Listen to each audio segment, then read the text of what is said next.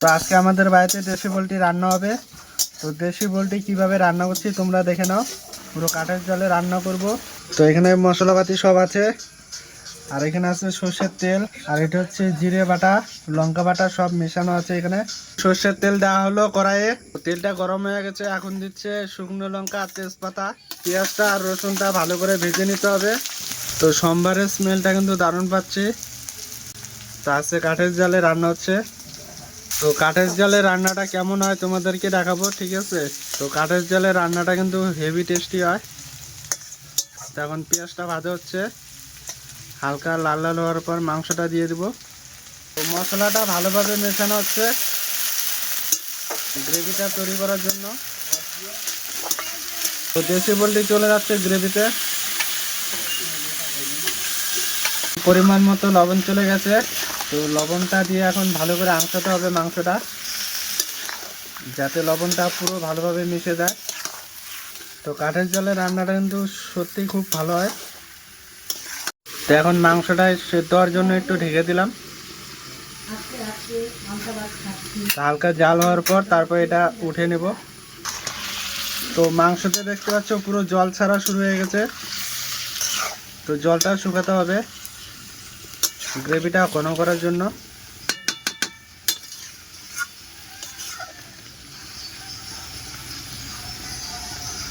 তো এখন হাই ফ্লেমে জাল দিতে হবে পুরো।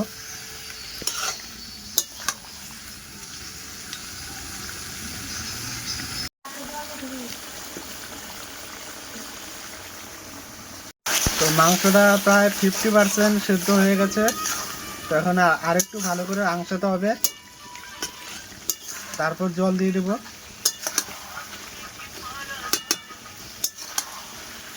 তো মাংসটা কিন্তু পুরো জল শুকিয়ে গেছে, দেখতে পাচ্ছ তোমরা। এখন জল দিয়ে দেব।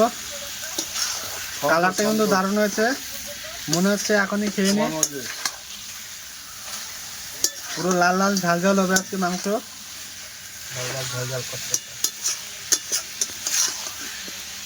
তো আজকে খুব একটা ঝোল দেবো না, ঠিক আছে? তোমরা আগের ভিডিওতে অনেক কমেন্ট করেছো যে এক কড়াই ঝোল, তো আজকে সেটা করব না, একদম মাখা মাখা তরকারি হবে। বন্ধুরা এখন জল দিয়ে দিচ্ছি। তো দেখতে পাচ্ছ আজকে কিন্তু অল্প জল দিয়েছি। তো আগের দিনের মতো কিন্তু খুব একটা জল দেয়নি, এই যে দেখে নাও তোমরা।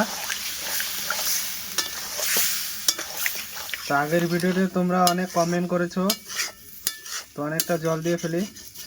তো আজকে কিন্তু অনেকটা কম দিয়েছি, দেখতে পাচ্ছ তোমরা। তো মাংসটা সেদ্ধ হওয়ার জন্য এখন পুরো জাল দিতে হবে। তো মাংসটা কিন্তু 80% সেদ্ধ হয়ে গেছে। তো 10% বাকি আছে। 10% হয়ে গেলে নামিয়ে নেব।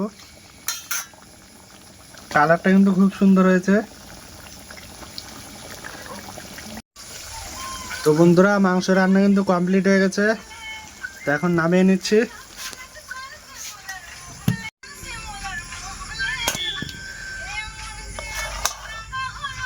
কালারটা কেমন হয়েছে কমেন্টে জানাও। এই যে নালি নালি পিস।